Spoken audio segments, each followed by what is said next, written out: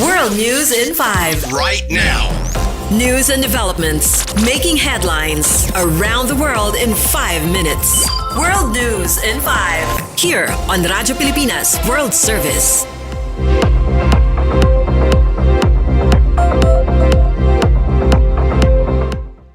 Good day to all of our listeners here on Radyo Pilipinas World Service. This is World News in 5 and I'm your host, Steph Vicente. Israel said it had received the remains of Itai Chen, the last U.S.-Israeli hostage held in Gaza as part of the U.S.-brokered ceasefire deal that came into effect last month. According to CNN, Israel received a coffin containing the remains via Red Cross in Gaza and later transported it to Israel's National Forensics Laboratory where he was identified. The confirmation of the identity of the remains means only 7 deceased hostages remain in Gaza. Chen, a staff sergeant who served in the Armored Corps, had been stationed at the Gaza border on October 7, 2023. The Israel Defense Forces, or IDF, said Chen's remains were taken into Gaza after he was killed.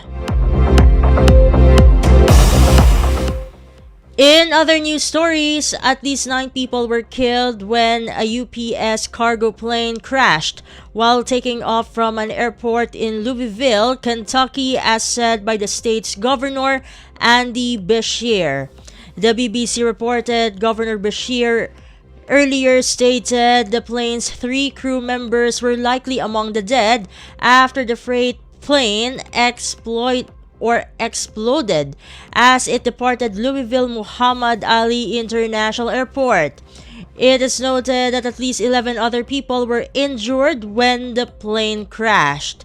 Officials warned that survivors suffered very significant injuries in the incident and that they were still searching for other victims. Beshear declared a state of emergency on Wednesday to help move resources more quickly through emergency management and the Kentucky National Guard.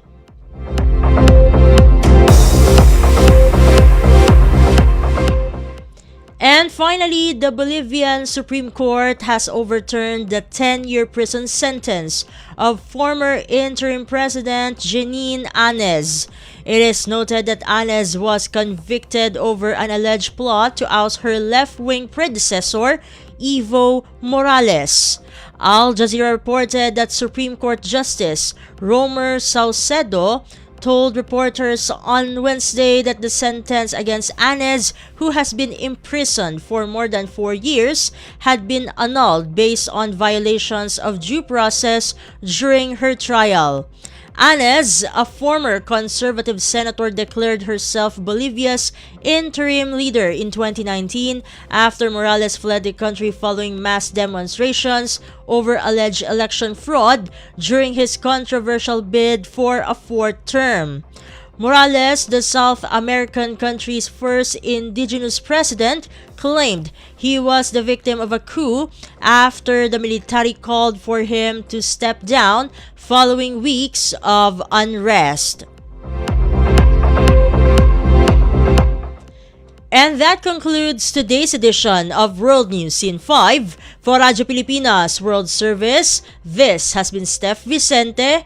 Good day and stay safe, everyone. World News in 5. Right now. News and developments making headlines around the world in 5 minutes. World News in 5. Here on Radyo Pilipinas World Service.